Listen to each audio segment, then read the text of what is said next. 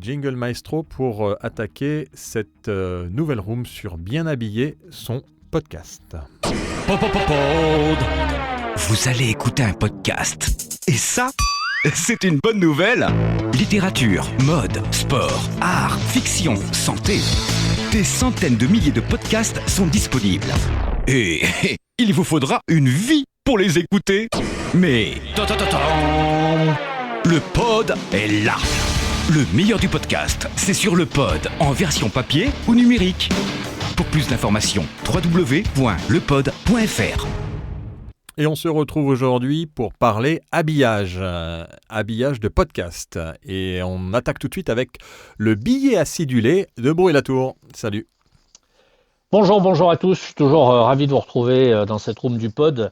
Pour les novices, je rappelle rapidement que l'habillage à la radio, comme dans l'audio digital, c'est un domaine sérieusement pris en compte par les professionnels. L'habillage d'une radio, ou ici, pour le coup, d'un podcast, c'est à peu près tous les éléments sonores qui vont lui donner un style. Justement, tous les styles sont permis, classiques, décontractés, modernes, sportifs, old school si vous voulez, c'est vous qui choisissez. Mais attention, pas n'importe comment et surtout pas à n'importe quel prix. Alors l'habillage, c'est donc tout ce qui gravite, on va dire, pour résumer, autour du son que vous utilisez pour habiller votre podcast. Une voix off, une voix montée, un tapis musical, un générique, une rampe, des jingles. Bref, c'est votre signature sonore et puis à la longue, les auditeurs vont s'y habituer.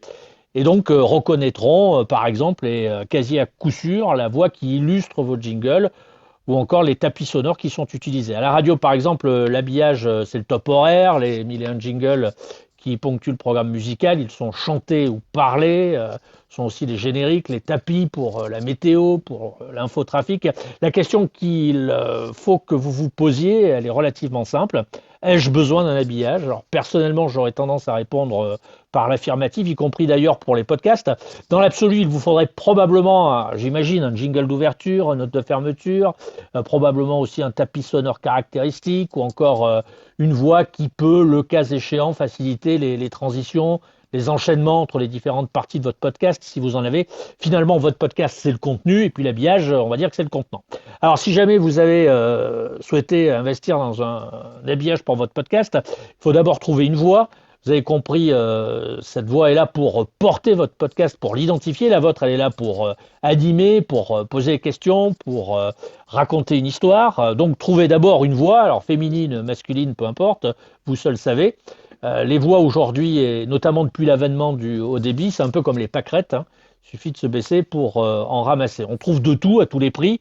En ce qui concerne l'habillage, il y a une réalité à laquelle il est très difficile d'échapper, une réalité de marché. Moins c'est cher, moins c'est bon.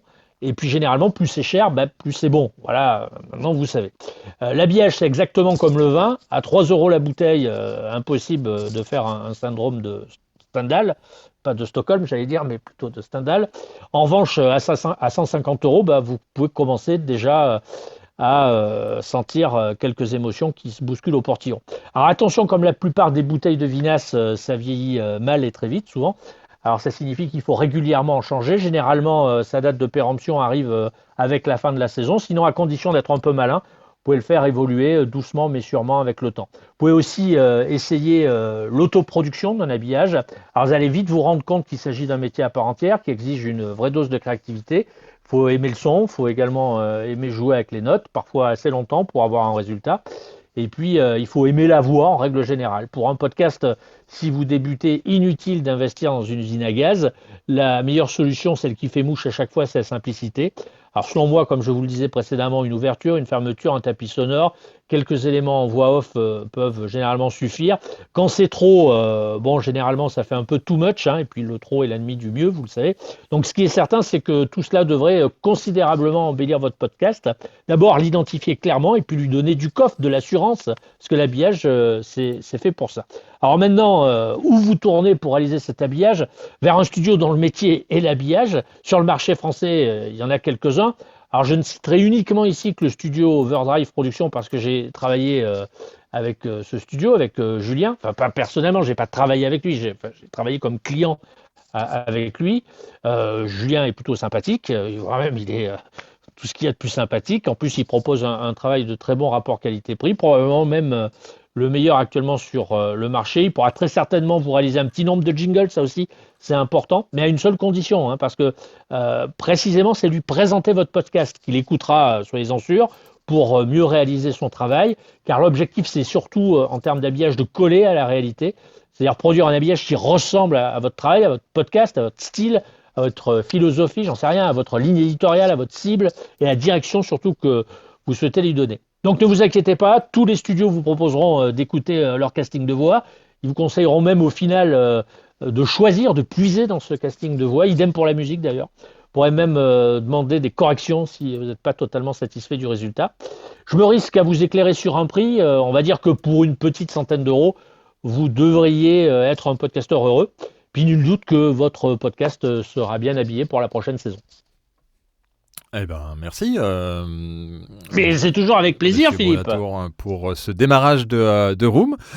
Alors, Denis, un petit mot sur ce que tu as entendu, et puis bien entendu ceux qui désirent tout de suite monter sur la stage pour discuter avec nous de vos trucs et astuces pour l'habillage, et peut-être des gens avec qui vous travaillez aussi, hein, ou de la manière dont vous créez votre habillage de votre côté, parce qu'il y en a qui peuvent le faire eux-mêmes. N'hésitez pas à lever la main pour monter sur la stage. Denis, un petit mot. Bonjour à tous, merci Frédéric pour cette intro éclairée comme d'habitude. Je modérerai 2-3 petites choses. Sur le taux de rafraîchissement que Frédéric considère être annuel. Je pense que oui, c'est vrai, mais disons que c'est plus exactement du rafraîchissement, du ravalement plutôt qu'une révision totale de l'habillage, parce qu'il faut trouver un équilibre subtil entre la conservation de l'identité du produit. Donc quand c'est une radio, les 3-4 notes qui font le jingle de cette radio, et quand c'est un podcast, c'est exactement pareil. Donc l'identité musicale, et puis en effet un ravalement, un rafraîchissement qui fait que, on va dire, je sais pas, au mois de septembre par exemple, ou au mois de janvier, on est content d'entendre quelque chose d'un petit peu rafraîchi. Il faut savoir que dans les lignes d'habillage, ça marche par en gros décennies, c'est-à-dire que on peut reconnaître très facilement un habillage années 80, puis un habillage années 90, puis un habillage années 2000. Voilà, et depuis les années 2000, on va dire que les habillages sont, donc depuis 20 ans, sont assez stables et se ressentent. C'est assez difficile de détecter un habillage de 2005 d'un habillage de 2000 ou même d'un habillage de 2020. Voilà, on est dans 2 décennies qui sont assez similaires en termes de son, mais ça va probablement évoluer assez vite maintenant. Voilà, pour modérer ce que disait Frédéric. Entendu. Merci, Monsieur Denis. Alors, on va accueillir Zuber qui veut peut-être partager avec nous sa vision de l'habillage pour le podcast. Salut Zuber. Bonjour messieurs. Donc ouais, je m'appelle Zuber et j'accepte d'être enregistré. Voilà, je préfère te le dire comme ça. T'as une petite preuve Merci. audio. Alors, je suis totalement d'accord pour l'habillage. Moi aussi, je crée du podcast. Et là, je me pose une question parce que je lance un nouveau format de podcast, plus intrusif. Et je me pose la question, est-ce qu'il faut tout le temps mettre de la musique? Voilà. La question, est-ce qu'il faut toujours... Alors, la question, elle est bien entendue vis-à-vis de tes auditeurs.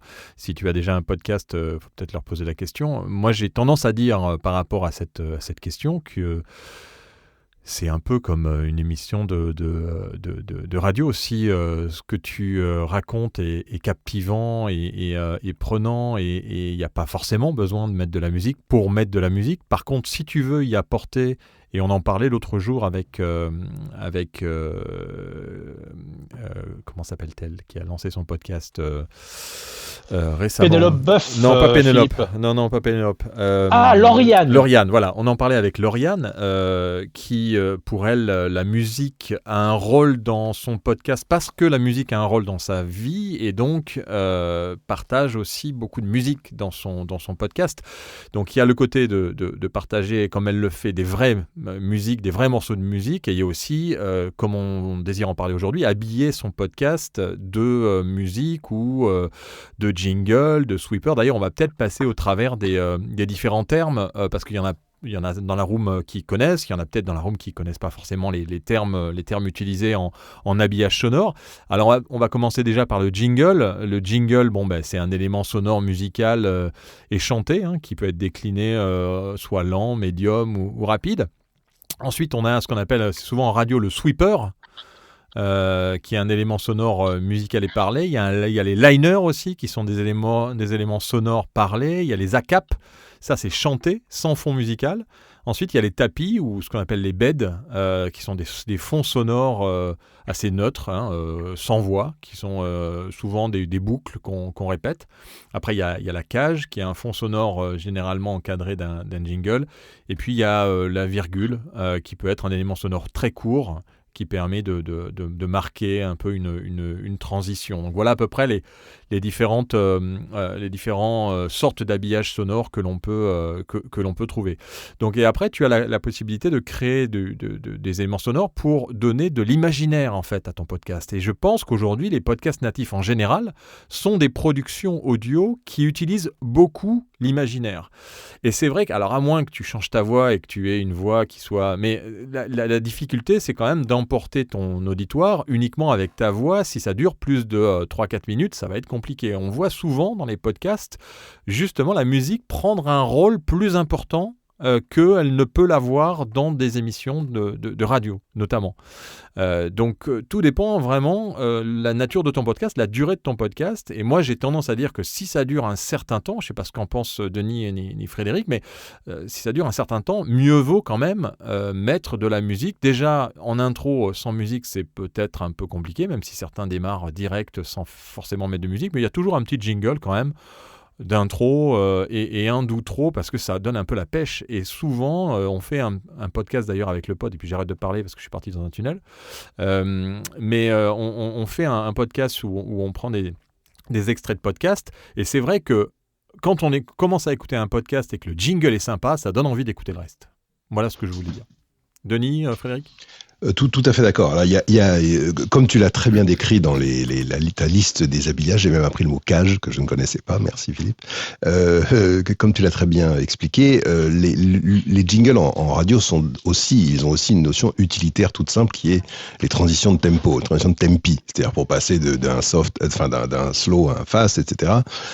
Et puis les transitions énergétiques, j'allais dire, c'est-à-dire le fait de parler sur un instru qui se conclut par un jingle et qui permet d'enchaîner sur un titre. Donc c'est purement utilitaire, ce qui n'est pas du tout le cas dans un podcast où le rythme va être contrôlé non pas par des éléments musicaux avant et après, mais par de la voix la plupart dans 99% des cas.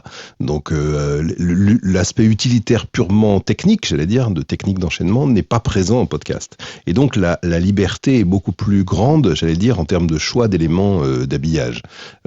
J'ai entendu des podcasts dans lesquels l'habillage, c'est simplement quelques notes de piano un peu éthérées comme ça, et c'est parfait. Et ça tombe très bien, et c'est très bien fait.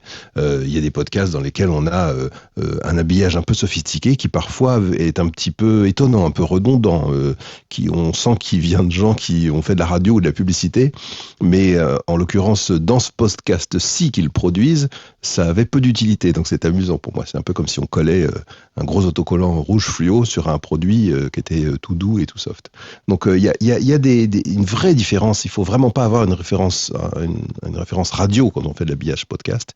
Il faut vraiment avoir, comme tu le disais tout à l'heure, ou comme le disait Frédéric, une écoute du podcast en question pour comprendre son univers et pour aller l'habiller parfois de manière extrêmement simple, extrêmement esthétique, extrêmement éthérée, je le dis encore.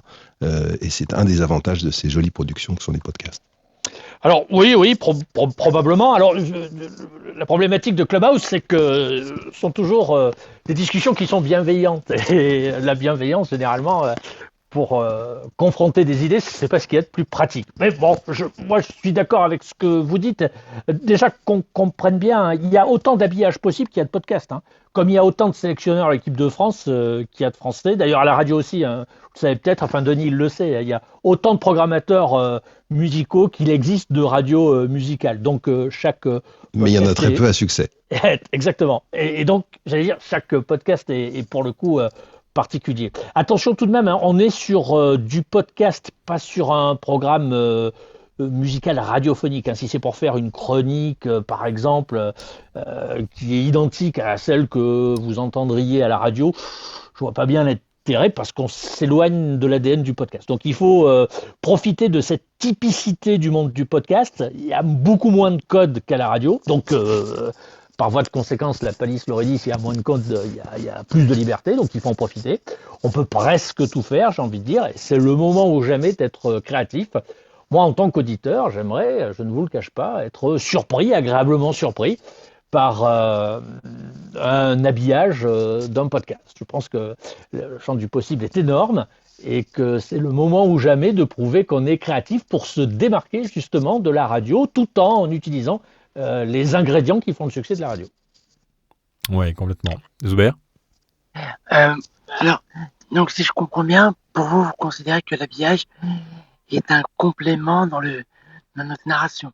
Oui, moi c'est comme ça que je le vois. C'est-à-dire que je trouve que ça apporte, la musique apporte énormément d'éléments qui peuvent, et c'est pour ça qu'on appelle ça habillé, c'est comme si tu sortais nu en fait dans la rue, ou si la manière dont tu t'habilles retrace un peu ta personnalité. Donc c'est de la même manière, l'habillage d'un podcast va retranscrire la personnalité que tu veux donner à ton podcast et l'image que tu veux en faire percevoir. Et il y a tout un côté qui est vraiment fantastique à travailler. Alors souvent, c'est vrai qu'on demande à des prestataires externes de faire ce travail. Moi, je vous incite vraiment, et je pense qu'on est dans le milieu du podcast, c'est encore le début, donc il y a encore plein de compositeurs, et Dieu sait qu'il y en a qui ont du temps là et qui savent pas quoi faire, qui sont prêts, à mon avis, à vous aider et à travailler avec vous pour peut-être faire un pilote.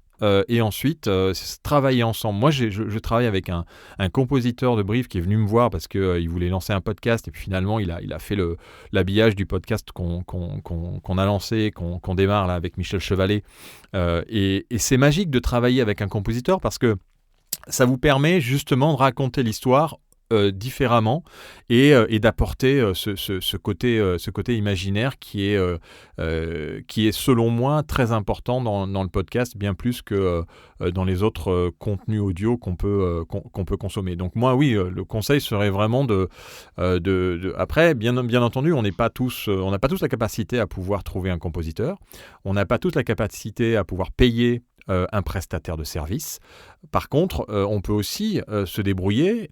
Il y en a qui le font, et on parle souvent d'elle, mais c'est parce qu'elle fait parler beaucoup d'elle, et puis en plus qu'elle a plein de trucs et astuces de Pénélope Boeuf, qui elle a appris par elle-même sur un logiciel et a fait ses propres jingles au début, parce qu'elle n'avait pas d'autres possibilités. Si vous avez la plupart de vous ont des outils Apple. Avec GarageBand, on peut faire des choses quand même assez poussées sans vraiment connaître la musique. Donc on peut aussi arriver à faire des choses soi-même. Alors je ne le conseillerais pas forcément à tout le monde, mais si vous démarrez, si vous n'avez pas de budget, si vous ne connaissez pas de compositeur ou vous n'arrivez pas à en trouver un, c'est aussi une solution que de passer par ces outils-là. Et après, vous avez bien sûr des sites gratuits. Alors je lisais un peu, si vous tapez habillage de podcast sur Google, vous allez tomber déjà sur l'édito de Brûlatour en premier, tout de suite. Ça, c'est pour vous montrer la puissance de notre référencement avec le pod.fr.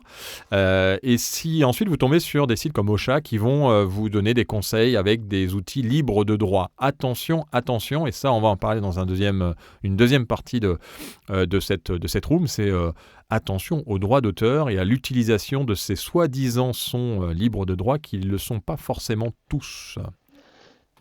Oui, une idée, une seule, y compris dans l'habillage. C'est un peu comme à la radio ou dans l'article idéal. Plus il y a d'idées, moins c'est compréhensible, plus c'est compliqué, plus ça se mélange. Ça me fait penser à un gars que vous pourriez croiser dans la rue, qui aurait des chaussures blanches, c'est rien, moi, des chaussettes rouges, un pantalon vert, une chemise noire. Vous imaginez le tableau, habillé comme ça, on fait un peu dépareillé. L'habillage sonore, c'est un peu la même chose. Il faut éviter de se perdre dans les couleurs, dans les formes, dans les styles, parce qu'au final, ça produit vraiment un vrai gloubi-boulga. J'imagine que tout le monde sait ce qu'est le gloubi-boulga, tout le monde a la recette Denis. Non, ça c'est pour les boomers, mon ami. Pardon. Mais c'est inécoutable le gloubi-boulga et ça renvoie un peu, pour illustrer mes propos, à une sorte, pour les boomers aussi, de Renault 14 customisé, vous voyez, avec une grande antenne, la moquette sur le volant. Non mais je suis obligé de pousser loin, tu vois, mon analogie pour que tout le monde comprenne. Je pense qu'il faut revenir à l'origine du mot déjà, habillage. Il faut rappeler l'historique de ce mot. D'abord, il n'y a qu'en français que ça s'appelle habillage. Oui, exactement. Dans le monde entier, c'est imaging elements, donc les éléments d'image. Le parallèle idéal, et c'est en gros celui que tu viens de faire d'ailleurs, c'est avec le packaging d'un produit, d'accord ? C'est la boîte et les logos et la peinture qui sont sur la boîte et les couleurs qui sont sur la boîte d'un produit. Donc c'est le parallèle absolument parfait. Et ça s'appelle habillage en français. Pourquoi ? Parce que c'est une invention de Canal+ en 84, lorsqu'ils ont fait tout leur kit avec la voix de Michel Jonas, c'est une production de Michel Jonas, l'habillage de Canal+ d'origine, ils ont inventé ce mot, voilà, de dire, voilà, nous avons habillé la station, ça s'appelle un habillage, et ça vient donc de Canal+, et il y a quelques pays dans le monde où le mot a été repris phonétiquement, parce qu'il y a des groupes de radio français qui ont exporté le mot en disant, ça s'appelle de l'habillage, et donc il y a des pays dans lesquels les gens disent habillage, avec un accent local, sans en connaître vraiment l'origine, mais c'est ainsi que le mot est parti dans le monde. Donc c'est assez rigolo. Mais dans le reste du monde, c'est imaging elements, donc les éléments d'image, le packaging. Vous pouvez aussi faire le choix de ne pas opter pour l'habillage. C'est d'ailleurs assez original, hein, parce que justement, vous allez vous démarquer, vous allez répondre à cet ADN du podcast qui consiste à pas faire tout à fait comme la radio. Mais si vous avez des questions, moi je veux bien y répondre, parce que là je suis chaud, là je suis affûté. Là. Ah oui. On est bien parti. Alors, on a bien entendu beaucoup de gens dans la room. Je vous rappelle que cette room est enregistrée. Donc, si vous montez, bien entendu, vous acceptez d'être enregistré pour ce podcast que l'on rediffuse après sur lepod.fr dans notre rubrique Nos podcasts, où vous retrouvez des sélections de podcasts et où vous retrouvez aussi nos rooms enregistrés. Salut Nina, bienvenue. Hello, merci, j'arrive un petit peu en retard, mais je suis là, merci pour toutes ces rooms de qualité. Moi, j'ai un podcast d'investigation qui s'appelle l'X Podcast. En fait, ma question, elle est récurrente, c'est comment arriver à habiller une investigation à travers des éléments sonores utiles et pas du bruit pour faire du bruit, pour continuer de toucher ou du moins de peut-être pas fidéliser, mais d'avoir l'attention, puisque je propose des choses un petit peu longues, d'1 heure à des fois 1h30 en fonction du sujet. Comment garder l'internaute tout au long de l'épisode. Donc je sais que je mets pas mal d'interventions de personnes extérieures, je mets pas mal de petits sons, mais j'aimerais des petits éléments qui permettent de rendre l'épisode, on va dire, un petit peu plus immersif. Si vous aviez des tips ou des conseils, je prends. Aujourd'hui, tu travailles comment ? Comment tu travailles ton podcast ? Alors, j'ai pas écouté particulièrement celui-là. Comment tu m'as dit qu'il s'appelait ton podcast ? L'X, L-E-A-K-S. Podcast, et en fait j'analyse des publicités et des phénomènes de société. Donc par exemple j'ai traité du partenariat McFly et Carlito X Macron au mois de février, déjà par exemple sur l'impact de Miss France, sur les jeunes générations, vraiment avec un prisme plus sciences sociales, puisque c'est ce qui manque des fois dans la publicité.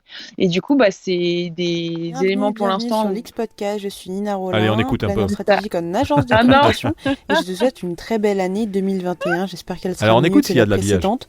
Je te souhaite de la santé qui est primordiale, des moments de joie par milliers et également de la réussite pour tes projets. Et avant de te présenter notre nouvelle surprise fraîchement arrivée en 2021, je lance le jingle. Sont connectés virtuellement. Un putain, un dauphin. Wipe it down, wipe us. Dans nos couches, pas d'autre merde que les nôtres. Je te retrouve aujourd'hui pour une annonce un petit peu... Donc voilà, une petite jingle de démarrage. Alors explique-nous comment après, tu l'as créé comment ? C'est toi qui l'as créé ? Tu travailles avec quelqu'un ? Oui. Comment ça se passe ? Non, tout toute seule, vu que moi je travaille dans la publicité, donc ça peut peut-être m'aider là-dessus. Donc j'ai tout fait toute seule. Et là, j'aimerais vraiment aller au-dessus puisque je fais des analyses sémiotiques et sémiologiques et j'aimerais interviewer d'autres personnes. Mais j'ai pas envie de proposer un podcast où c'est seulement des interviews, même si elles sont intéressantes et riches. Hein, j'aimerais proposer autre chose. Donc vraiment un format un peu enquête, un peu à la Élise Lucet. Pour moi, c'est vraiment le modèle idéal, même si ça reste en télé. Donc c'est pour ça que c'est un peu plus compliqué et je cherche des éléments pour vraiment avoir un côté un petit peu plus immersif à travers des bruitages, des choses comme ça. Est-ce que tu as écouté le podcast de Cerno ? Le podcast de Cerno ? Ouais. Comment il s'écrit ? Cerno, C-E-R-N-O. Alors Cerno, oui. en fait, c'est Julien Cerno-Bory. C'est vrai que dans son podcast, qui est de l'investigation et qui est de l'interview de personnes, il travaille beaucoup déjà avec les enregistrements qu'il fait d'ambiance sonore. Et après, il travaille avec un compositeur. Et pour savoir comment ils ont commencé à travailler, il a demandé à ce compositeur au début de le faire simplement parce qu'il n'avait pas les moyens. Maintenant, il est rémunéré pour chacune de ses compositions. Et après, les compositeurs ont aussi la capacité à pouvoir se faire rémunérer par les droits d'auteur, même si en podcast, aujourd'hui, ça n'est pas encore le cas, puisque la SACEM n'est pas forcément bien en place pour le moment.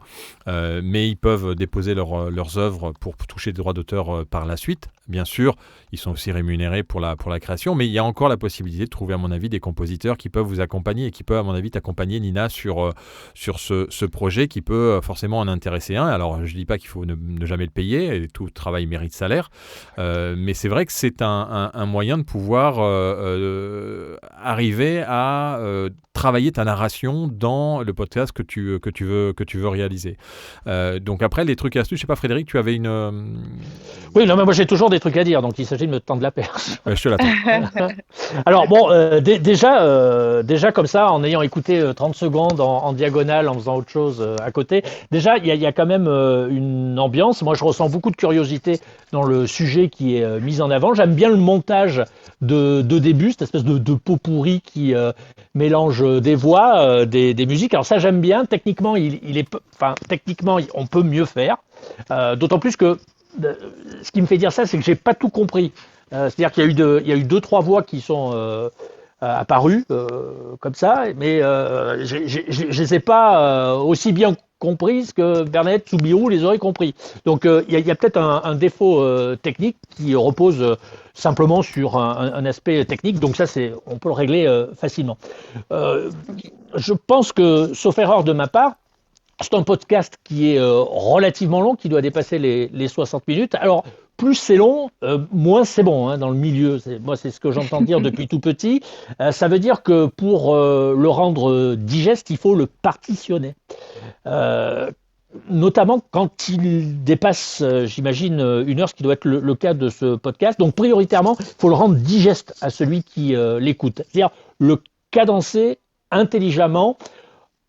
Pourquoi pas, dès l'écriture, en le découpant en plusieurs parties. Voilà, on va scénariser son podcast, il fait 1h30, 90 minutes, donc on va le scénariser par exemple avec des parties de 15 minutes, et une partie sera systématiquement amenée par un son caractéristique et se terminera systématiquement, par exemple, par un son caractéristique. Ça va avoir plusieurs avantages, notamment pour y loger éventuellement de la pub, aussi et surtout pour le rendre plus digeste, parce que celui qui écoute va peut-être être obligé de faire une pause.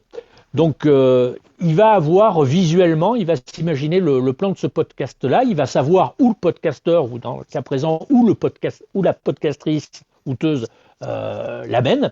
Et ça, je pense que c'est important déjà de bien le partitionner, notamment s'il est long. Et j'ai envie de dire, moi, des podcasts qui sont parfois relativement long, mais il faut vraiment que la discussion soit intéressante. C'est-à-dire qu'il ne faut pas seulement que les gens qui posent des questions ou qui y répondent soient intéressants. Il faut que le sujet soit intéressant. C'est pas facile à trouver des sujets intéressants aujourd'hui. Merci. Merci pour ces éléments. Déjà pour le jingle, en fait, c'était plusieurs publicités, on va dire, emblématiques de l'époque, un petit peu critiques. Donc je vais entendre ça et je vais voir ce que je peux faire, si je peux trouver quelqu'un qui... Après, c'est difficile de faire. Voilà, c'est difficile de faire tout seul. Honnêtement, moi, je le vois à quel point trouver des petits sons gratuitement, on va en trouver retrouver, ça va faire le job pour le premier épisode, et puis on va vite s'enlacer. Et puis on voit que c'est de la musique un peu ce qu'on appelle la musique au kilomètre, et qu'on trouve facilement sur des sites. Moi, je conseille quand même principalement d'essayer de trouver quelqu'un qui peut essayer de t'accompagner, et je pense que grâce aux réseaux sociaux, on arrive quand même assez facilement à trouver. Et puis ensuite, c'est une question. Alors idéalement, c'est quelqu'un que tu as peut-être autour de toi, parce que je vois à quel point c'est agréable de pouvoir travailler avec quelqu'un, d'être à côté quand on est podcasteur et qu'on veut avoir une certaine narration. Et après, selon ce que tu racontes, lui va apporter une touche musicale, une touche de créativité que tu trouveras pas en sur-mesure sur Internet, sur les plateformes gratuites, ou sur d'autres plateformes comme, je ne sais pas si vous connaissez Jamendo, mais Jamendo a une partie professionnelle où vous pouvez acheter pour vos podcasts. Honnêtement, c'est vraiment pas excessif. Et là, vous avez la capacité de pouvoir chercher le genre, le thème, l'instrument, la vitesse, la durée, si c'est un tempo rapide ou pas rapide. Donc, par exemple, là, je suis sur Jamendo Licensing, je tape enfant et je veux écouter un truc qui est un peu épique. Et alors pour enfants, il n'y en a pas beaucoup, voilà, et qui est un peu rapide, et je clique dessus et tout de suite je peux écouter une musique que j'entends pas, bien sûr. Voilà. Après j'en écoute une autre.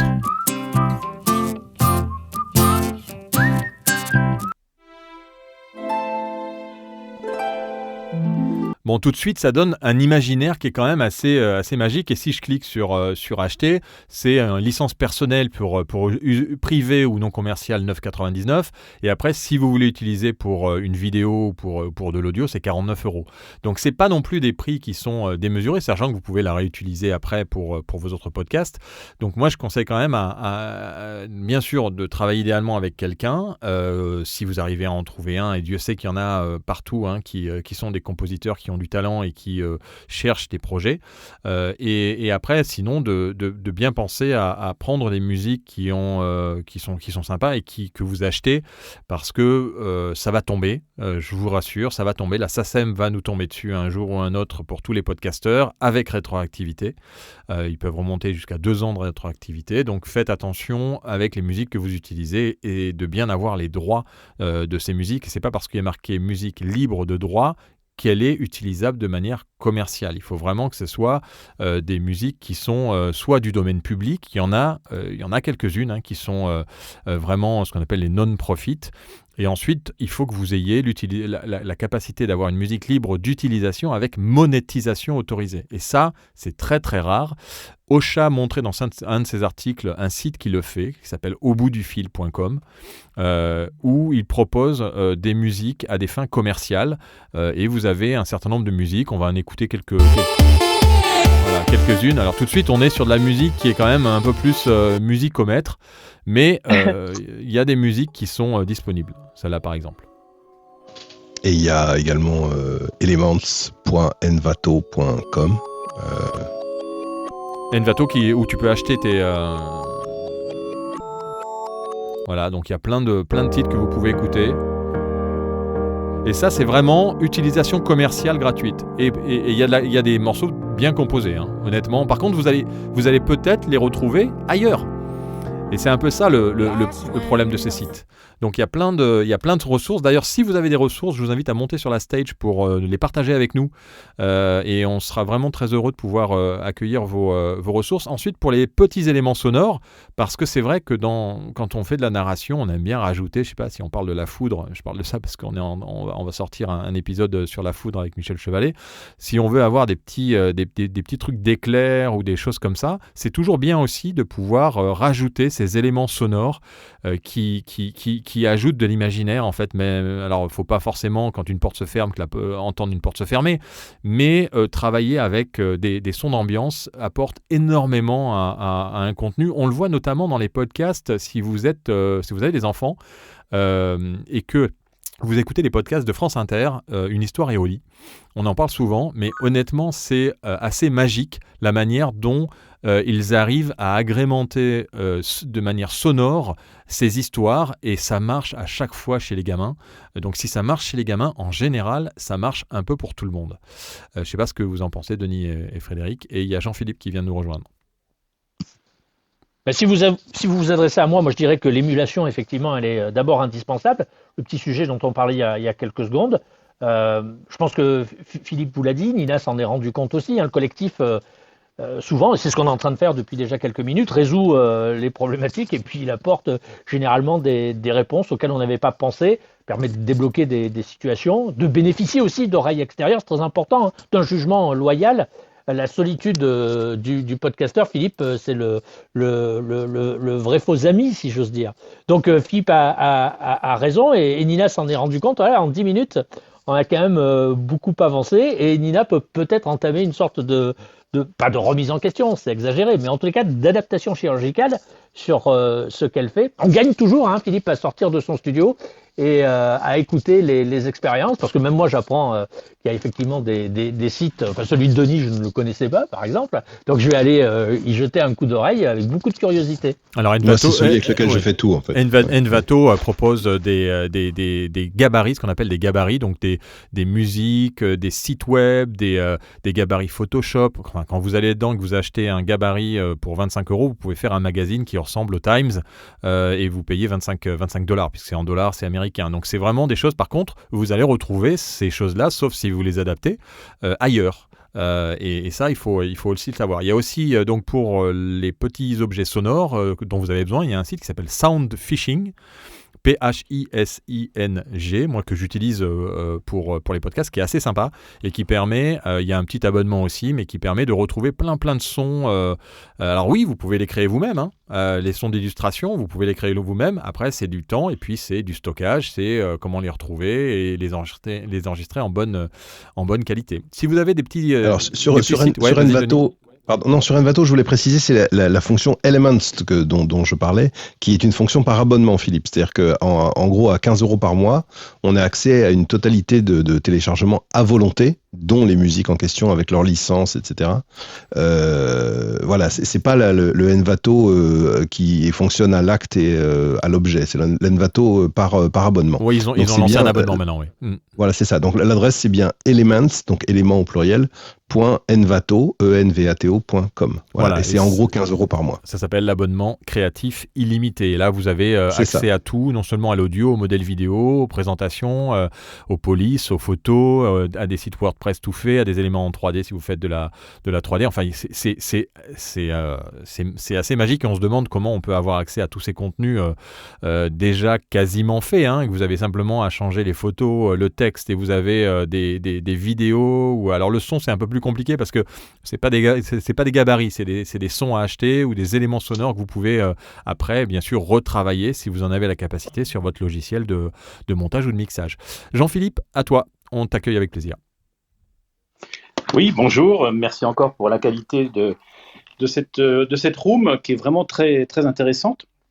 Je voulais simplement passer un petit message en introduction à Nina, pour souligner qu'elle avait publié un épisode dans son podcast qui durait 3 heures. Je me suis dit, mais elle est complètement folle de faire un truc de 3 heures. Paris, ouais. Et en fait, son podcast était passionnant. Alors, je l'ai écouté par épisode, parce qu'elle a eu le... Lapsus révélateur. Tu pensais que tu l'avais écouté, mais non, tu as dit que tu l'avais vu. C'est assez marrant, parce que finalement, on voit les podcasts. Exactement, on voit avec les oreilles. Et donc... j'ai écouté son podcast, j'ai écouté les 3 heures que j'ai trouvées passionnantes, et elle avait eu donc le bon sens de saucissonner ce podcast par épisode, par tranche, sur des thématiques diverses et variées. Alors je le retrouve plus, Nina, ton podcast, enfin cet épisode. Je ne sais pas si tu l'as enlevé ou si tu l'as... Non, il est partout. Il est partout. Bah, merci d'avoir écouté. Non, il est sur Apple Podcast, Spotify, SoundCloud, un peu partout. Et j'avais pas répondu à Frédéric, mais justement, moi, j'essaye, parce que je me dis qu'on a tous une vie très compliquée, avec plein de choses et tout, et qu'on n'a pas le temps de se poser 1 heure pendant les embouteillages pour écouter un podcast. Et là, c'était le pari de faire quelque chose de très long, donc de 3 heures. Et j'avais proposé, tant mieux, et merci Jean-Philippe de l'avoir écouté, une coupure en fait au milieu de 1 minute 30 d'une musique que j'aimais aimait bien et j'avais eu l'accord de la personne par rapport à ça pour justement faire cette coupure et proposer aux personnes de revenir un petit peu plus tard là-dessus, puisque je suis au courant que justement tout le monde a une vie bien remplie. Et voilà, donc merci Jean-Philippe pour ça, mais je te laisse continuer. En tous les cas, ces 3 heures qui m'ont été très utiles pour enrichir ma connaissance du sujet que tu y traitais, à savoir le marketing digital pour l'essentiel. Alors, je voulais aussi vous proposer un mot que vous connaissez probablement en lieu et place d'habillage, qui est l'illustration sonore qu'on utilisait dans les diaporamas, quand on faisait des diaporamas, et quand on continue à en faire d'ailleurs. L'illustration sonore me paraît être une expression plus adaptée que habillage. Alors oui, on a fait une room d'ailleurs sur l'illustration musicale en podcast, et j'avoue que y a un côté pour moi dans l'habillage. Alors c'est très radio peut-être, mais il y a ce côté beaucoup plus imaginaire que illustration. L'illustration musicale pour moi, bon, ça illustre, mais sans forcément donner de l'imaginaire. Pour moi, l'habillage va, enfin c'est comme ça que je le perçois. Après, chacun le perçoit comme il l'entend. Et comme disait Denis, c'est un terme qui a été inventé en France. Sinon, on dit imaging pour donner une image en fait à votre son. Mais l'illustration musicale, il y a plein de sites si vous tapez illustration musicale et que sur Google vous allez en trouver des dizaines et des dizaines de sites. Et là, on est souvent sur de la déclaration. Vous pouvez utiliser librement les titres quand vous êtes une station, quand vous êtes un podcast, pas encore, mais il risque d'y avoir des autorisations qui seront données à des éditeurs, comme on fait pour les auteurs aujourd'hui, puisque si vous êtes auteur de podcast et que le label pour lequel vous avez travaillé à payer ces droits de la SCAM, vous allez être rémunéré en droit d'auteur, ça sera la même chose pour la musique si vous êtes compositeur. Donc oui, mais en effet, on peut appeler ça aussi illustration, même si, je ne sais pas si Denis ou Frédéric, vous êtes d'accord avec ce terme-là. Est-ce que illustration égale habillage ? Non. Eh bien voilà, comme ça c'est clair. Non, je pense que c'est l'illustration, ça peut être c'est les tableaux sur le mur, l'habillage c'est la couleur de la façade. C'est pas la même chose. Donc alors pardon. Non, je voulais juste simplement donner, si vous le voulez bien, 3 points clés qui pourront éclairer Nina sur qu'est-ce qu'est un bon habillage d'ouverture de podcast. Ces 3 points clés qui sont totalement copiables, dérivables des 3 points clés pour un bon packaging d'objets. Donc le premier, c'est est-ce que ça décrit exactement mon contenu ? C'est-à-dire le petit jingle ou la petite intro musicale, qu'elle est 30 secondes ou 5 secondes au début du podcast, est-ce qu'elle va vraiment être fidèle à ce qu'est le contenu, fidèle en termes de, je ne sais pas, d'ambiance, de ton, voilà. Est-ce qu'elle va décrire ce qu'il y a à l'intérieur ? Deuxième point, est-ce que ça donne envie d'écouter ? C'est-à-dire, est-ce que le package donne envie d'être ouvert ? Est-ce qu'on veut voir ce qu'il y a dedans ? Est-ce que le jingle va me faire immédiatement zapper ailleurs, ou est-ce qu'il va me donner envie d'aller plus loin et de me fader les 3 heures, comme nous l'a dit tout à l'heure notre ami ? Et troisième point, est-ce qu'il est de la bonne durée ? Autrement dit, est-ce que le packaging est difficile à ouvrir ? Moi, je connais des objets, le packaging est tellement mal fait qu'on a grande difficulté à ouvrir et c'est absolument insupportable. C'est pareil en habillage. Est-ce qu'il est de la bonne durée ? Est-ce qu'il est trop long et donc, bon, ça va ? Est-ce qu'il est trop court et j'ai rien compris, comme a dit tout à l'heure Philippe ? Est-ce qu'il est de la bonne durée ? Donc, est-ce qu'il décrit bien ? Est-ce qu'il donne envie ? Est-ce qu'il est de la bonne durée ? Si vous répondez oui à ces 3 questions, vous avez gagné. Oui, alors j'ajouterais une chose, l'habillage, c'est comme une première rencontre dans la vie. Vous savez, il y a une phrase qui dit qu'on n'a pas 2 fois l'opportunité de faire une bonne première impression quand on rencontre son futur petit ami ou une relation dans le monde du travail. Donc ça, c'est dans la vie où il faut faire attention aux 30 premiers mots, aux 30 premiers gestes, etc. etc. Eh ben, pour le podcast, pour la radio, pour la télévision, c'est un peu pareil. C'est un peu pareil dans la presse également. Il faut être engageant dès les premières secondes parce que ça joue aussi sur le comportement d'écoute de celui qui a fait le choix de télécharger votre podcast. Alors, il y a plusieurs choses, je ne vais pas tout mélanger, mais en tout cas, moi, je suis persuadé, c'est comment dirais-je, une conclusion complètement empirique, ça ne repose pas sur des études scientifiquement, arithmétiquement et mathématiquement prouvées, mais moi, je suis persuadé que 50% de l'écoute de votre podcast, vous le devez à votre titre et au visuel qui l'accompagne. Parfois à l'accroche sous le titre. de votre podcast. C'est-à-dire comment s'appelle votre podcast. Le visuel joue beaucoup. Et je pense que dans la moitié des cas, il faut faire beaucoup d'efforts sur le titre du podcast et sur le visuel qui l'accompagne, parce que c'est ce qui va amener l'auditeur à cliquer sur le petit bouton lecture ou sur le petit bouton téléchargement. Et puis, il y a aussi une autre barrière, c'est les 30 premières secondes. Je crois que, comme le disait Denis, comme n'importe quel packaging, il faut convaincre dans les 30 premières secondes, et ensuite, si vous avez passé ce cap-là, qui est une ligne de crête qui est vraiment pas large, vous pouvez prétendre à ce que votre podcast soit écouté. Voilà les principales barrières en ce qui me concerne que je mets en avant, et dans le cadre de l'habillage, effectivement, j'irai plus vers la remarque de Denis qui consiste à dire attention, les premières secondes sont capitales. D'ailleurs, moi je l'ai bien vu dans le podcast de Nina, quand il y a eu cette superposition de voix, il faut que je comprenne intelligemment, il faut que je vois là où elle nous emmène, où elle veut nous emmener dans les 30 premières secondes. Si ça me plaît, je continue. Si ça me plaît pas, j'arrête. Alors ça, c'est très important, et donc faites aussi l'exercice, c'est-à-dire qu'est-ce que vous aimez, vous, quand vous lancez un podcast, et qu'est-ce qui fait que vous continuez ou pas. En général, on entend une voix qui démarre, et si la voix nous plaît, et on va parler à Catherine qui est voix off en plus et qui va nous donner un peu son avis, il y a d'abord la voix, bien entendu, qui peut vous emporter dans un imaginaire, et immédiatement le jingle qui va vous donner le ton de ce que vous allez entendre par la suite, espérons, et donc bien entendu qui va faire la différence comme quelque chose que vous achetez et qui est joliment présenté. C'est 50% déjà quasiment vendu. Catherine, on t'accueille avec plaisir. Salut Philippe, salut tout le monde, merci. Non, je voulais ajouter, moi, un site sur lequel j'ai trouvé des musiques, alors a priori libre de droit, donc il faut vérifier ce que tu as dit tout à l'heure. C'est un site qui s'appelle Audio Network, où il y a beaucoup de choses et qui sont très très bien classées. Et sinon, j'avais essayé, suite à une room que tu avais fait il y a quelques semaines, de contacter la SACEM pour vérifier s'il y avait moyen d'avoir un abonnement justement pour l'utilisation de musique. J'ai eu une première fois des sociétaires, parce que je suis sociétaire, enfin je suis adhérente à la SACEM, j'ai écrit des chansons, et l'équipe accueil sociétaire m'a dit qu'en fait il fallait s'adresser directement aux ayants droit, et qu'eux n'étaient pas du tout responsables de l'utilisation de la musique. Oui. Sur ce, j'ai appelé une autre personne qui s'appelle Margot Montodon, je ne sais pas si quelqu'un est en contact avec elle, qui est normalement responsable de tout ce qui est, je pense, podcast, et impossible de la joindre. C'est-à-dire impossible de lui envoyer un mail. J'ai appelé le standard de la tu es dans la situation exacte de quelqu'un qui veut exploiter, par exemple, une chanson pour un film. Dans ce cas-là, en effet, c'est un accord contractuel entre les ayants droit de la chanson, qu'il faut tous rassembler, donc parfois c'est très compliqué, et la production du film. Ça n'a rien à voir avec les sociétés de collecte de droits qui, elles, passent après, si tu veux. Donc, elles passent après au moment de l'utilisation et de la diffusion. Donc, c'est la diffusion qui va compter pour elles. Mais le deal, l'autorisation d'accoler ta marque avec une musique ou ton film avec une musique, c'est un accord de personne à personne. Enfin, en tout cas, de partenaire à partenaire. D'où la complexité.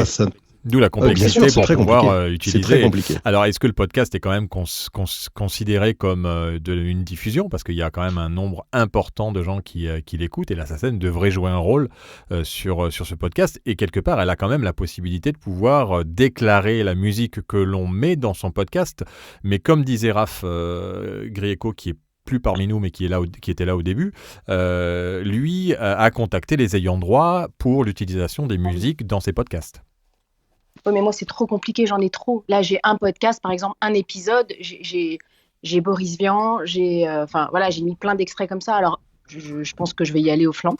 Alors, les extraits, s'ils sont purement journalistiques, c'est-à-dire si c'est du droit de citation, personne n'a rien à te dire. Non, c'est vraiment c'est de l'illustration. C'est quelques secondes d'illustration. Ben ça va. Dans ce niveau-là, ça peut être considéré comme de l'extrait, et à partir de là, il n'y a pas forcément de problème avec les ayants droit. Par contre, si vous mettez le morceau en quasi-intégralité ou intégralité en fond de votre même embed, après, les ayants droit, s'ils le découvrent, peuvent vous tomber dessus, et la SACEM, s'ils commencent à mettre des accords sur la diffusion des podcasts, à ce moment-là, ils pourront, après c'est tout un système de déclaration, parce qu'il faut que tous les podcasteurs déclarent les musiques qu'ils jouent à la SACEM et en fait la SACEM, elle aime pas avoir des indépendants qui déclarent, elle aime avoir des grands groupes de radio qui leur disent voilà ce qu'on va jouer comme musique et de pouvoir gagner de l'argent sans avoir à avoir des déclarations individuelles. C'est un peu le problème. Moi, je me rappelle, j'ai fait plein de reportages et je bossais beaucoup avec M6 et j'utilisais les musiques que je voulais. Effectivement, j'avais un papier, c'était très contraignant, fallait marquer vraiment plein d'informations, mais j'utilisais ce que je voulais pour diffusion sur M6. Donc voilà. Le meilleur exemple sur M6, c'est l'extraordinaire illustration sonore de l'émission sur les fermiers, là, comment ça s'appelle, L'amour est dans le pré. L'illustrateur sonore n'utilise que du tube, que des hits. Et il le fait très bien, il les utilise de manière extrêmement perspicace, c'est vraiment très bien fait. Et il les utilise pas plus de 10-20 secondes chacun, donc il y a un enchaînement incroyable en termes de quantité. Et bien évidemment, il n'y a aucun problème, c'est de la diffusion, il suffit de le déclarer, c'est tout. Voilà, mais moi, parce que c'est pas attaché à un produit commercial. Mais est-ce que je peux faire la même chose pour mon podcast ? Pareil, j'utilise plein d'extraits, mais des très petits, des très courts extraits. Ils sont là pour illustrer ou ils sont là parce que tu parles d'eux ? Non, ils sont là pour illustrer. C'est délicat. Moi, je fais des interviews. C'est pas la même chose. C'est pas la même chose. Si tu es dans une démarche, comme le disait Denis, strictement journalistique, à la rigueur, tu peux aller chercher n'importe quel extrait. Et encore, je crois qu'il doit y avoir une... Il y a une durée. Il y a une durée, exactement, Philippe. Absolument. Si c'est pour illustrer musicalement, au sens littéral du terme, nous faire une respiration entre deux parties, par exemple, moi, ça me paraît sablonneux, pour ne pas dire scabreux. Et vous avez un autre souci d'utilisation de musique dans ce cadre-là, c'est si jamais vous utilisez les plateformes YouTube ou autres et que vous publiez automatiquement, comme le proposent des hébergeurs, que ce soit Ocha ou AudioMeans, qui vous génèrent des vidéos YouTube avec votre musique, vous risquez d'avoir votre musique YouTube votre vidéo YouTube qui soit interdit sur YouTube, parce que eux, c'est un vrai Shazam de la musique et ils savent exactement les droits qui peuvent être utilisés ou non sur la musique sur YouTube. Alors attention là, Philippe, la nouvelle méthodologie de YouTube, c'est pas d'interdire, c'est d'enlever les revenus.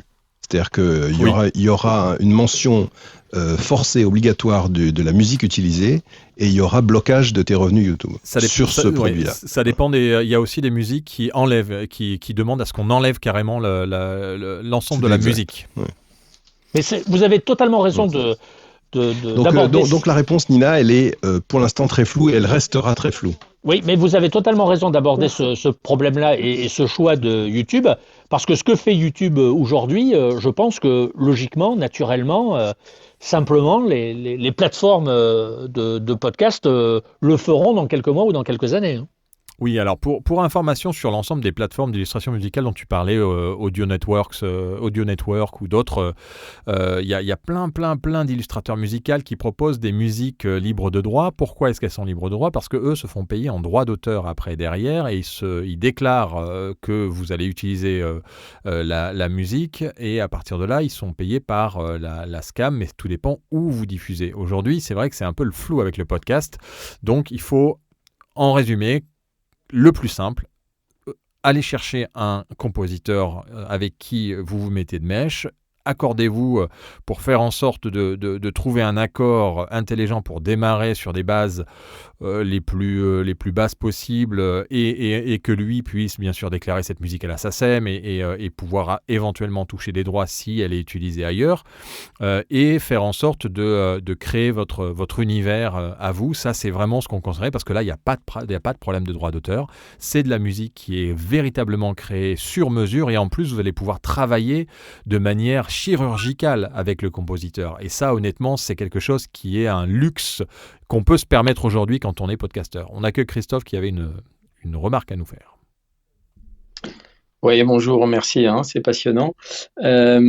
le thème, c'est bien habiller son podcast, ça demande du budget, quoi. Ça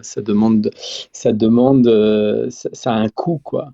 Il faut arrêter de faire croire que le podcast, d'animer le podcast avec de la musique est gratuite. Alors on peut le faire, certes, mais ça va pas aller très loin parce que les musiques gratuites sont pas forcément les meilleures et que si on veut une musique assez sympa, ça a un coût, quoi. Et après, il faut le monter, il faut savoir le monter, donc il faut un studio. Enfin, tout ça coûte de l'argent. Et je peux donner l'exemple de notre podcast qu'on fait depuis 2019. Grosso modo, un podcast avec la musique, on a choisi des voix off. On est à entre 5 et 10 000 euros depuis 2019, quoi.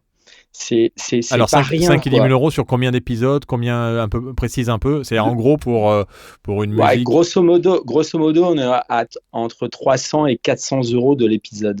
Bah, on est d'accord. C'est les tarifs qui sont honnêtement le minimum qu'on peut demander à un compositeur, sachant que lui après peut déposer des droits d'auteur. Voilà, et il y a un coût d'entrée parce que les voix off, on a dû les payer, et ça donne une tonalité, ça donne une couleur au podcast, ça c'est indéniable, surtout si on choisit, il y a plein de voix off super, hein, partout, mais donc voilà, ça c'est un coût. Et nous on a fait le choix pour faire l'habillage du départ parce que le podcast est sponsorisé par une boîte et c'est nous qui avons fixé la voix off donc ça dure moins de 10 secondes. On a fixé la voix off, on a fixé la musique et on a fixé le texte avec notre sponsor. C'est-à-dire qu'on lui a pas donné la main là-dessus pour lui dire fais-nous ton jingle, etc. On a tout encadré avec notre studio, voilà. Et ce qui donne une tonalité, la musique dans la présentation de la publicité, donc c'est une publicité, hein, c'est une pub, eh bien c'est la tonalité du podcast qu'on va retrouver tout au long de l'écoute, en sachant qu'on a fait des écoutes de 15 minutes, mais ça va jusqu'à 1 heure parfois sur des interviews, où là on prend des musiques sur Epidemic Soon, donc là encore c'est un coût, parce que c'est un abonnement mensuel ou annuel qui est assez onéreux. Par contre, on peut utiliser... il y a plus de 100 000 musiques, c'est des super musiques avec des super groupes, etc. Mais ça a un coût, quoi. Ça a un coût. Tout à fait. Petite question aux spécialistes de la radio. Quand on dit libre de droit, pour moi, c'est libre de droit en volume de diffusion, sachant que dans beaucoup de cas, on achète le droit d'exploiter un contenu musical sur les différents portails qu'ils utilisent.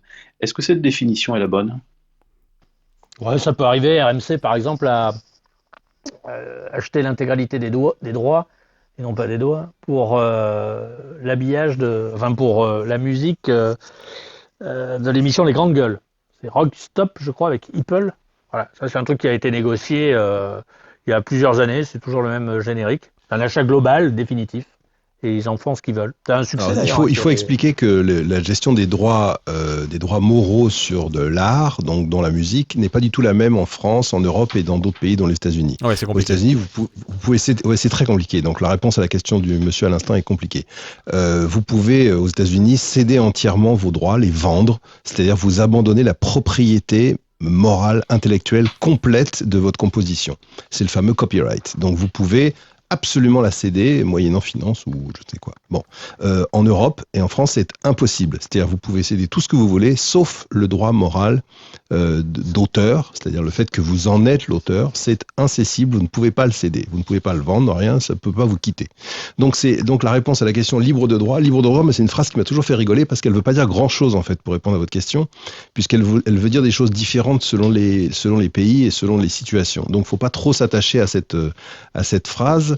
Il faut simplement se souvenir que sur les disques, vinyle à l'époque et CD ensuite, il y a toujours écrit que le phonogramme enregistré sur ce support est interdit à toute diffusion. Ce qui n'empêche pas les radios, bien évidemment, de le diffuser. Mais pourtant, c'est écrit en toutes lettres. Il est interdit à toute diffusion. Vous pourrez vérifier sur vos disques s'il vous en reste. C'est écrit partout. Dans la réalité, ça veut dire en fait que le simple fait de payer la SACEM et les divers instituts permet de contourner cette interdiction. Mais ça reste interdit à la diffusion, ce qui est assez amusant en termes de droit. C'est écrit dessus. Qu'est-ce que ça veut dire ? Ça veut dire aussi qu'un éditeur ou un compositeur peut d'un seul coup vous interdire la diffusion de ses œuvres. C'est arrivé dans une radio en France, une grosse radio nationale, qui faisait ce qu'on appelle des compactés. Enfin, toutes les radios font ça, c'est-à-dire elles font des versions un petit peu plus courtes, ou voire beaucoup plus courtes, des titres de certains artistes pour pouvoir les diffuser dans des conditions compliquées qu'on ne va pas expliquer ici parce que c'est de la radio. Donc elle a besoin de versions de 1 minute 30, 2 minutes, 2 minutes 30, 3 minutes, de chansons qui sont beaucoup plus longues. Donc on demande à des petits gars à la radio de faire des compactés, des versions raccourcies.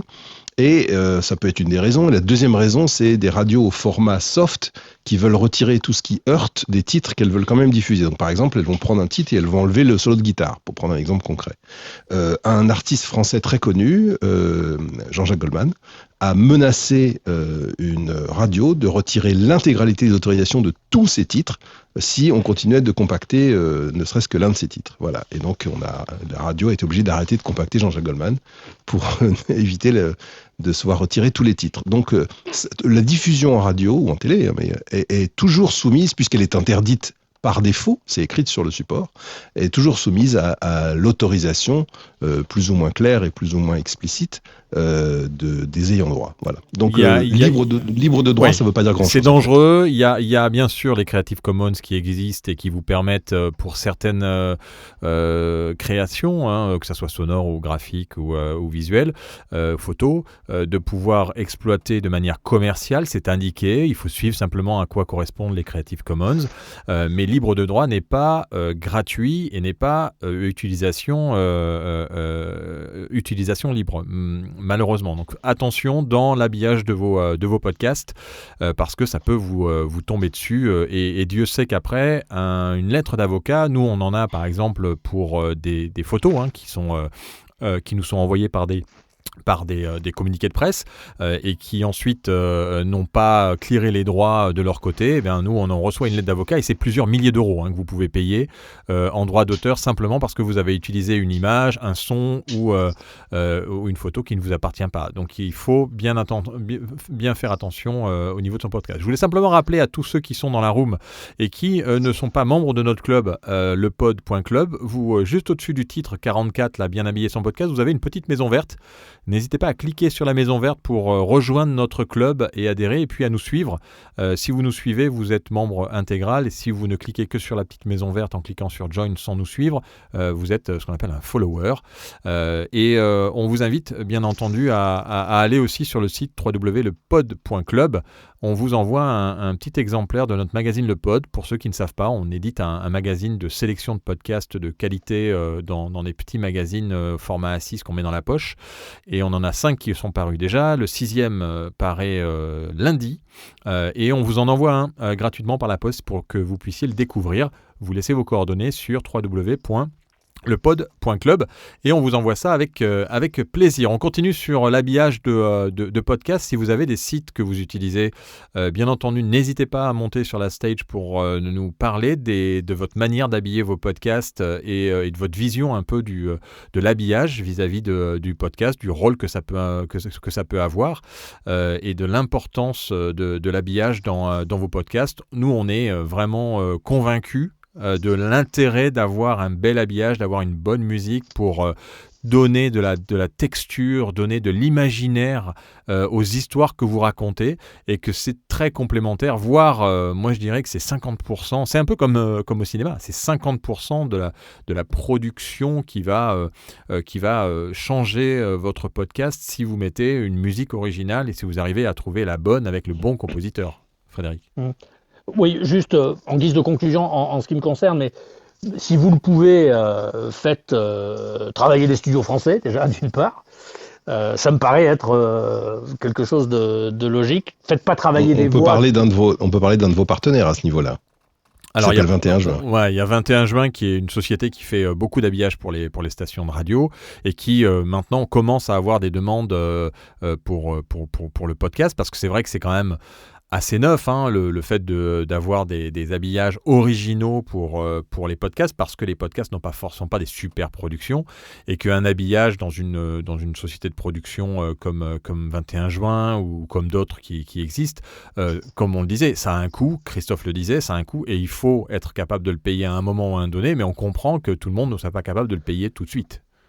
Ouais, donc faites travailler des studios français, faites travailler 21 juin si vous avez envie de travailler avec 21 juin. Faites pas travailler des voix qui vous proposent 10 liners enregistrés sur un méchant micro acheté sur Wish pour 9,99 € les 10 liners, parce que ça tire la qualité vers le bas, ça paupérise les professionnels, et puis si ça paupérise les professionnels, ça appauvrit d'année en année finalement la qualité globale du secteur. Alors tout dépend de votre philosophie, mais bon, je pense que tout le monde, on peut s'accorder au moins sur cette priorisation de défendre une sorte de souveraineté numérique. Ça fait de mal à personne. Et puis, je veux rassurer un peu tout le monde, mais Philippe, si votre podcast fait moins de 10 000 écoutes par mois, j'ose imaginer que vous risquez pas grand-chose. Au-delà, on entre dans un processus de monétisation. Donc, forcément, il y a 2 ou 3 billets qui traînent, donc ça aiguise les appétits. Oui, sauf qu'il y a aussi la parole donnée. C'est-à-dire que pour la demoiselle qui nous disait qu'elle mettait beaucoup d'extraits musicaux, je ne sais plus qui. Ah oui, là c'est pas pareil. Je rappelle que quand on inscrit son podcast sur Apple Podcast, on coche une case qui est « Est-ce que j'ai des contenus tiers ?» Et si on met oui, il y a une deuxième question qui est « En ai-je les droits ? En avez-vous les droits ?» C'est-à-dire qu'en gros, c'est « Non, je n'ai pas de contenu tiers » ou « Oui, j'en ai, mais j'en possède les droits d'utilisation. » Donc, dans l'état actuel des choses, quand on répond « Oui, mais j'en ai les droits », on ment. Clairement, c'est un mensonge. Donc, il y a une responsabilité quand même à ce niveau-là. Et on s'expose à des coûts importants, et que ça soit sur Google Podcast ou sur Deezer, Spotify, c'est pareil. Je doute, parce qu'on a des exemples, Denis, d'affaires juridico-juridiques. Pas encore, non, pas encore, comme l'a dit Philippe, pas encore, mais il y a un peu un côté Damoclès là-dessus. Sachant, attention, il ne faut pas oublier qu'une grande partie de ces diffuseurs ne sont pas hébergeurs. Donc, d'un point de vue de la loi, ils sont quasi protégés. C'est-à-dire qu'ils sont un petit peu comme TuneIn, qui va rediffuser votre feed radio, par exemple. Ils ne sont pas le producteur du feed radio. Donc, dans le cas d'Apple Podcast, par exemple, ou de Google Podcast, etc., ou Amazon Music, ils ne copient pas le fichier. Ils envoient, ils diffusent votre fichier qui est hébergé par votre hébergeur ou même par vous-même. Donc, d'un point de vue légal, ils sont protégés à ce niveau-là, eux. Ensuite, vous ne l'êtes pas. Ouais. Bon, ça me paraît, la théorie est un peu gonflée quand même, parce que c'est des entreprises, des grosses entreprises qui génèrent des milliards et des milliards et qui ne payent pas d'impôts en France, déjà, d'une part. Ils seraient sacrément culottés et gonflés de venir réclamer à qui que ce soit, ou à un petit podcasteur au fin fond de la Lozère, 10 ou 15 $. Enfin, moi, je verrais la chose vraiment d'un mauvais œil, en ce qui me concerne, parce que je sais que ce sont des entreprises qui jouent pas le jeu sur le territoire national. Alors, je ne serais pas surpris. Oui, mais ici, c'est-à-dire qu'ici, nous sommes en train de parler de ce qu'on conseille de faire aux gens. Et moi, je ne peux que conseiller aux gens de se conformer à la loi, Frédéric. Ouais. Composez vous-même, trouvez un compositeur avec qui vous êtes bien, et comme je donne l'exemple toujours des mêmes, mais faut pas croire que j'ai des actions. Cernod, en fait, je connais le nom du compositeur. Pourquoi ? Parce que ce qu'il a dealé avec lui, c'est de donner le nom du compositeur à chaque fois, à chaque épisode, et on sait que c'était Théo Boulanger. Et ce qui fait que je suis certain qu'énormément de podcasteurs ont contacté Théo Boulanger pour créer la musique de ce podcast. Donc en fait, il y a aussi ce côté promotion. Alors même si en effet, on va pas chez un boulanger pour dire donnez-moi une baguette, je vais en parler à ma famille et je vais leur dire que vous avez la meilleure baguette du monde. C'est pas ça l'idée. C'est pas de dire au compositeur travaille pour moi gratuitement et tu verras, tu seras payé après. Mais c'est simplement de dire que c'est vrai que ça donne envie, et je suis sûr que si vous écoutez les podcasts et que vous demandez aux podcasteurs qui a composé la musique, où est-ce qu'ils l'ont trouvé, ou qui ils vous le donneront avec plaisir. Il y a des labels, je pense à un label Écran Sonore avec qui on avait fait des super pastilles dont je vais vous faire écouter un petit extrait. Ils ont un jingle que j'adore, et le fait d'adorer leur jingle me donne envie de travailler avec eux. Je vous fais écouter un petit jingle d'Écran Sonore, qui est une boîte d'Alexandre Hérault, qui est un ancien de Radio France, qui a créé une boîte de podcasts et qui fait des podcasts assez de qualité. Je vous fais écouter le petit jingle. Dis-moi comment tu t'appelles. Augustine. Est-ce que tu aimes bien les histoires à la radio ? Oui. À la radio, l'écran est plus grand qu'au cinéma. Écran sonore, écran sonore, écran sonore, écran sonore. T'as une radio dans ta chambre ? Oui, j'en ai une dans ma chambre. Vous imaginez l'ambiance que ça donne d'un seul coup avec ce petit écran sonore. D'abord le son de la petite fille, et ensuite on rentre dans le jingle écran sonore. Et ça, je pense que c'est ça la magie de l'habillage. Quelle menteuse cette petite fille quand même. Ah oui, c'est ce que j'allais dire, mais bon, j'ai une radio dans ma chambre. C'est exactement ce que j'allais dire. J'ai dit, mais ils l'ont trouvé où ? Ça n'existe pas. C'est un enregistrement 1972. Non mais franchement, je me dis, c'est extraordinaire. Non mais juste Philippe, pour revenir en 2 mots, je crois que, je sais pas, j'imagine qu'on a tous dans son entourage, proche ou lointain, un avocat qui traîne, ou si vous n'en avez pas, vous ouvrez les pages jaunes. Ça doit coûter 70-80 €, vous lui demandez un conseil. Si vous êtes aussi stressé qu'une corde à piano sur cette problématique-là, bon, ça va vous coûter un petit billet de 70, de 80. Ah, mais pas sûr qu'il puisse répondre, hein. Ah ben vous trouvez un avocat qui soit spécialisé dans la propriété intellectuelle. Il y en a un à Brive, je crois, pour celles et ceux que ça intéresse, ou à Limoges, qui est spécialisé dans la bande dessinée notamment. Mais et pas que d'ailleurs, hein, dans l'illustration sonore, il me semble. Il fait que ça. Il fait très peu d'autres affaires. Il vous prend 70-80 € et vous lui posez 2 ou 3 questions précises. Vous avez rendez-vous dans son étude ou dans son cabinet, dit-on, me semble-t-il. Et donc il va vous le dire très très honnêtement. Il va chercher quelques jurisprudences, etc. Bon, vous en avez toujours pour votre argent. Comme ça vous permettra certainement de vous déstresser un peu sur le sujet. Mais pour aller plus loin, je dirais qu'il ne faut pas que ça vous empêche d'être créatif, quoi. Et c'est vrai que quand on se lance dans une entreprise entrepreneuriale, Philippe, Denis, bon, on est tous au courant. Hein. Si on bute pour remplir un document CERFA, il vaut mieux arrêter tout de suite. Hein. Mais voilà, ça fait partie du jeu, c'est comme ça. Mais il ne faut pas non plus que ça vous freine dans vos ambitions artistiques, dans votre créativité, parce que chez moi, par exemple, un avis personnel, ça a plutôt tendance à me freiner, quoi.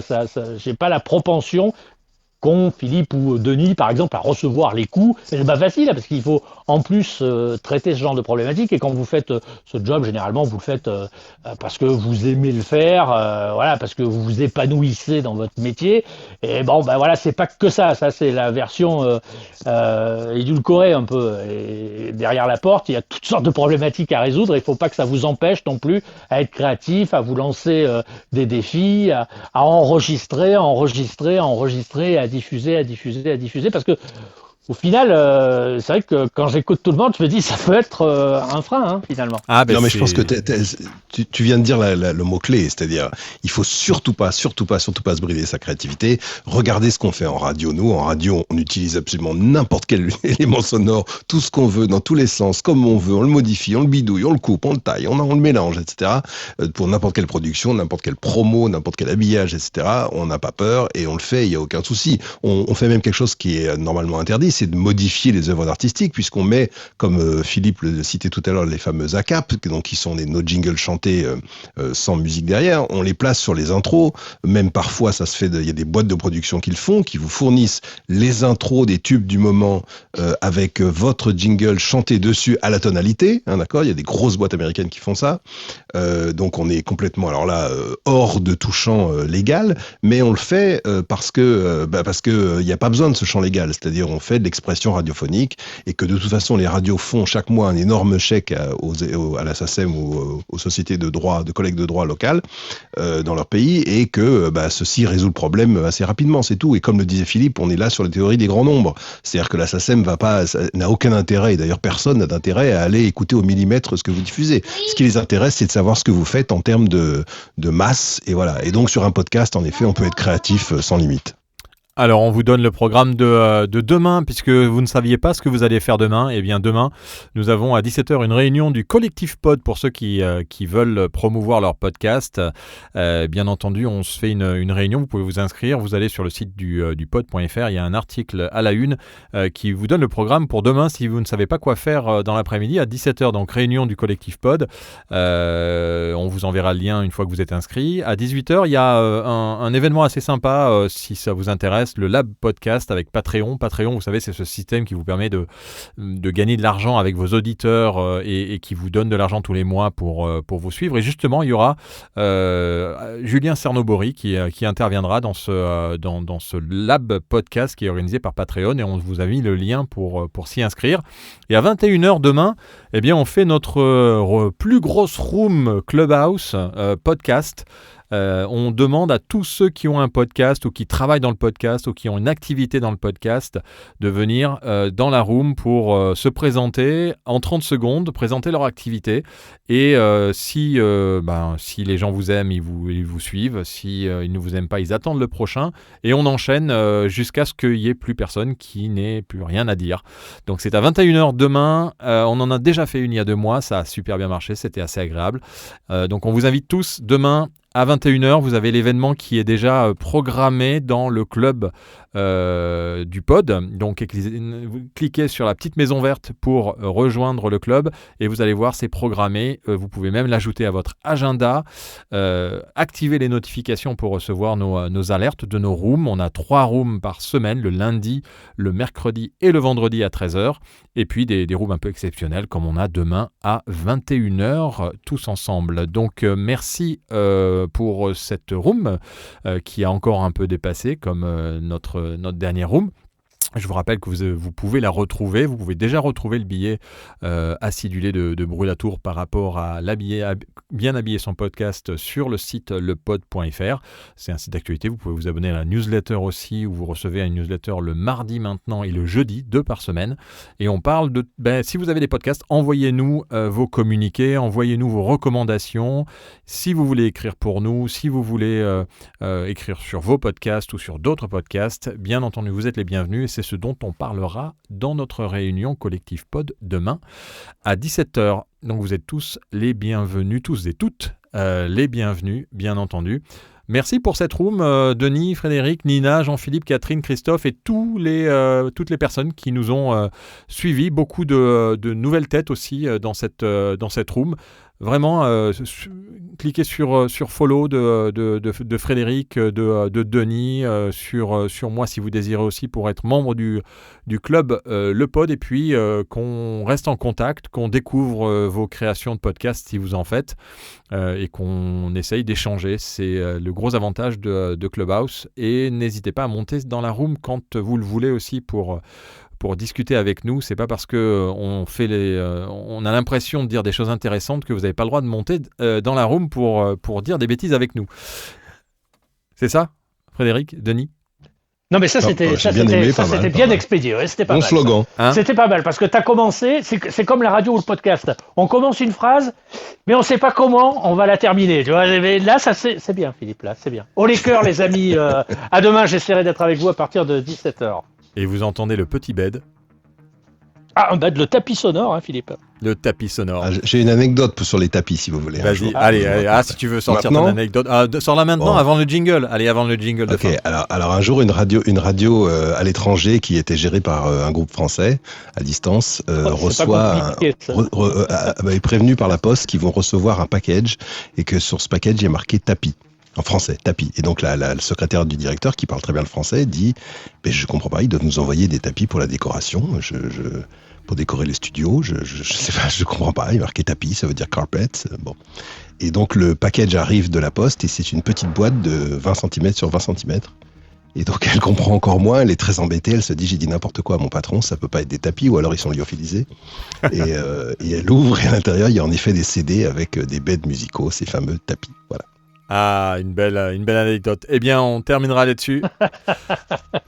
À demain soir. Véridique, hein. À demain 17h pour ceux qui veulent. À demain 21h pour ceux qui le veulent aussi, pour venir 30 secondes nous découvrir plein de podcasts et de gens qui travaillent dans le podcast. Et puis nous faire un petit coucou. Et sinon, vendredi à 13h, on se retrouve aussi pour la prochaine Room Podcast. Merci Salut. à tous et Merci. à toutes. Ciao. Merci, bye. Le jingle, il fait un peu radio. On va demander à Écran Sonore s'ils peuvent pas nous faire un jingle un peu plus podcast. Hein, ça sera peut-être mieux. Allez, ciao. Vous allez écouter un podcast. Et ça, c'est une bonne nouvelle. Littérature, mode, sport, art, fiction, santé. Des centaines de milliers de podcasts sont disponibles. Et il vous faudra une vie pour les écouter. Mais le pod est là. Le meilleur du podcast, c'est sur le pod, en version papier ou numérique. Pour plus d'informations, www.lepod.fr.